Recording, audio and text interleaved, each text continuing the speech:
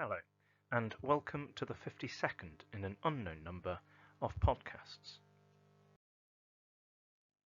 As KMAT continues to work towards a partial reopening of the school for students in years 10 and 12, today's podcast has a dual purpose. Not only is it the regular daily podcast that anybody can access, but this will also be an SMSC assembly that will be assigned to all students via MS Teams.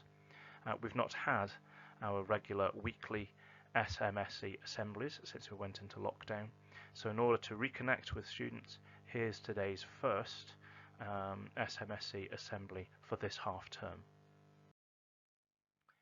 Now, regular listeners to the podcast will know that Wednesdays have been a Wellbeing Wednesday topic, and because just before we broke up for half term, that week was Mental Health Awareness Week, the topic of today's podcast and today's SMSC assembly is mental health. So I begin today with an illustration by Charlie Mackesy, featuring a phrase that is often used when people talk about mental health. It's okay not to feel okay. And a quick search online brings you to a simple mental health pain scale, where somebody has taken the time to try to determine the levels of feeling okay or feeling not okay, going from level 1, everything is okay, there's absolutely nothing wrong, you're probably cuddling a fluffy kitten right now, enjoy, all the way up to 10, the worst mental and emotional distress possible. You can no longer care for yourself, you can't imagine things getting any worse, contact a crisis line immediately if you're in that situation. So you can see that there are levels of feeling okay or not okay, and I'm sure for most of us, all of us, at various times in our lives there'll be certain situations or circumstances where we'll find ourselves at different points on this scale. Now, again, a quick search on the internet and you'll find a wealth of advice. Lots of guidance, lots of top tips, lots of handy hints for how to manage, to care, to look after yourselves and your mental health, and also the mental health of other people. There's lots on this particular slide, and if you want to take a more detailed look at it, then feel free to pause the YouTube video now. Alternatively, since there is so much here, I'm just going to go through a few highlights. I'm going to talk about feelings, I'm going to talk about self-care, I'm going to talk about conversations and the words that we can be using, I'm going to talk about routine, I'm going to talk about taking some action as well, because those are 5 key things which are common to most of the bits of advice that you'll find on the internet. So let's begin by considering our feelings. Now, for some people, talking about how we feel may be quite a difficult thing to do. And so on the screen you can see the blob tree. This is something that may help. Without needing to talk about our feelings, we can begin perhaps by taking a look at each of those figures, each of these blobs on the tree, and try with somebody else to describe how those blobs are feeling. And then perhaps without having to say much, we can just point to whichever blob we identify with the most, and it may be a way of opening up a conversation about how we feel in an easier way than trying to put into words, which might be quite difficult, about how we feel. The second thing is self-care. Now, self-care isn't just about physical fitness. It's not just about going for a walk or going for a run, taking some exercise, or joining in with Joe Wicks for his daily PE lessons. Neither is self-care just about a healthy diet and being careful about the things that we eat and staying away from sugary foods or fatty foods. Self-care is also about the diet of things that we are influenced by, the things that we take in from outside. And that could be listening to the news, that could be things that we find or discuss or comment about on social media, it could be things that we read in books and magazines, and it could even be conversations that you have via Zoom, social media or whatever else with friends, family and other people that you know. Sometimes it may be that things in the news get you down. Sometimes it may be that reading other people's comments about something get you angry. And so practicing self-care isn't just about taking exercise, and it's not just about avoiding fatty foods or sugary foods. It's also being able to switch off, turn off those things that make us feel mentally unwell, those things that make us feel angry or sad or really upset. So in order to practice self-care, let's think also about those things that you are influenced by from outside, whether it be the news or social media. Self-care means that we're able to just switch off from that. It's not about ignoring it, it's just about turning it off, leaving it for a while, and coming back to it later perhaps. The third thing is about how we talk about mental health. It's about communication. It's about the words and phrases that we use. Our words matter, and sometimes somebody might come to see you for some help, some guidance, some advice, and we may use some phrases that we think are really positive, but actually for that individual they may not be helpful at all. So perhaps there are some different ways in which we can reframe those phrases so that they are kinder, more caring perhaps, just a different way of thinking about it and getting something across. Now on the screen there are a number of phrases which can be changed to offer some validation and hope, or can be used in order to make somebody just feel a little bit better. And it's not just about the advice that you'd give somebody else, it's about the advice you can give yourself. How often perhaps in our self-talk and the things that we say to ourselves, how often are we perhaps being too hard on ourselves and not being kind and thinking of a better way in order to put these phrases.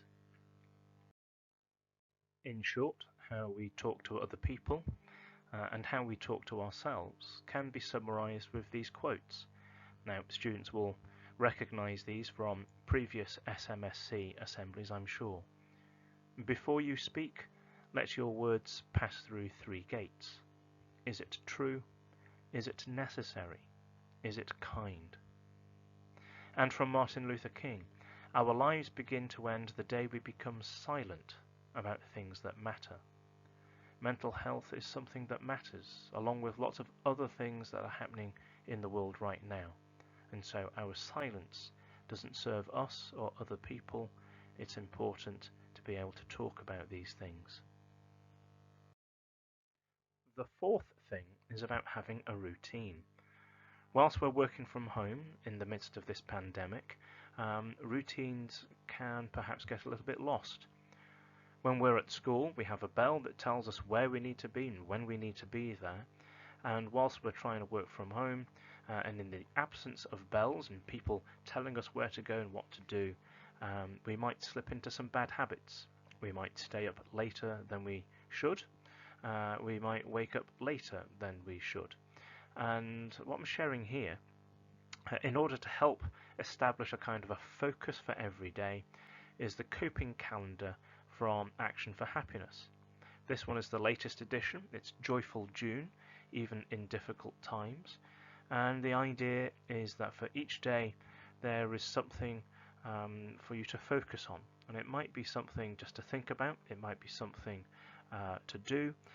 There are lots of little, again, tips, hints and ideas for you to try to find some focus and therefore some kind of routine for every day. Now, it leads me nicely on to the next one. Since we have this daily focus, the next thing is all about taking some action. Again, here's another image and quote that students should be familiar with from previous SMSC assemblies. Once more, it's Martin Luther King. Life's most persistent and urgent question is, what are you doing for others? Now, if it's good for our mental health to be helping other people, and whilst we're in lockdown, what is it that we're doing to help people in our households? Are we making them a cup of tea? Are we doing the washing up without needing to be asked? Our friends that we haven't seen, are we giving them a phone call, having a Zoom conversation, keeping in touch, asking how they are, sharing each other's news. And beyond people in our households, we can help other people as well. Some of you will be familiar that we run Old School at the Academy, whereby we have vulnerable members from the community coming into school and meeting with students. And we also have a link with Sunrise Senior Living, the residential home in Moberley as well. And this is a direct appeal to students. If you'd like to be involved in helping some of the residents at Sunrise, because during lockdown they've been isolated, they've not had any visitors. So if you'd like to just write a letter or send a card, do please email me and I'll give you some details and information about what to do. But I think just to brighten their day, it'd be lovely for them to receive some post from students at the school.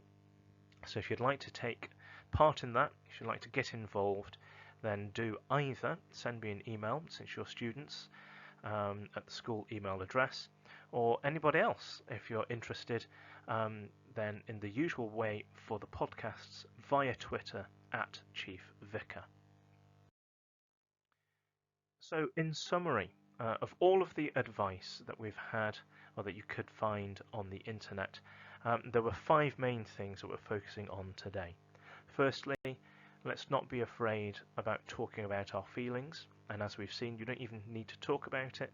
You can just use a diagram to help you have that conversation. We've been talking about self-care, the things that you can do to look after yourselves, the diet that we're taking in, whether it be food or the things from the media or from social media. It's about how we talk to one another. It's about the words that we use, because words are important and words matter. It's about having a routine, whether it's doing something every day or doing certain things in a day. And finally, it's about doing things for other people. It's about taking action. And so if you do, for example, want to take part in helping out some folks at Sunrise, then do get in touch. So a final few thoughts for the end of this assembly and this podcast. A couple of quotes from the internet. The first one, "And the moon said to me, 'My darling, you do not have to be whole in order to shine.'" Some of us may feel that we are struggling. Some of us may ride that roller coaster of emotions and feelings, but you don't have to feel in tip-top form in order to do good things. And also, it's okay if today wasn't your day. Tomorrow is a new day. And I leave you with some words taken from an interview with Maya Angelou. "What I know is that it's going to be better," she said.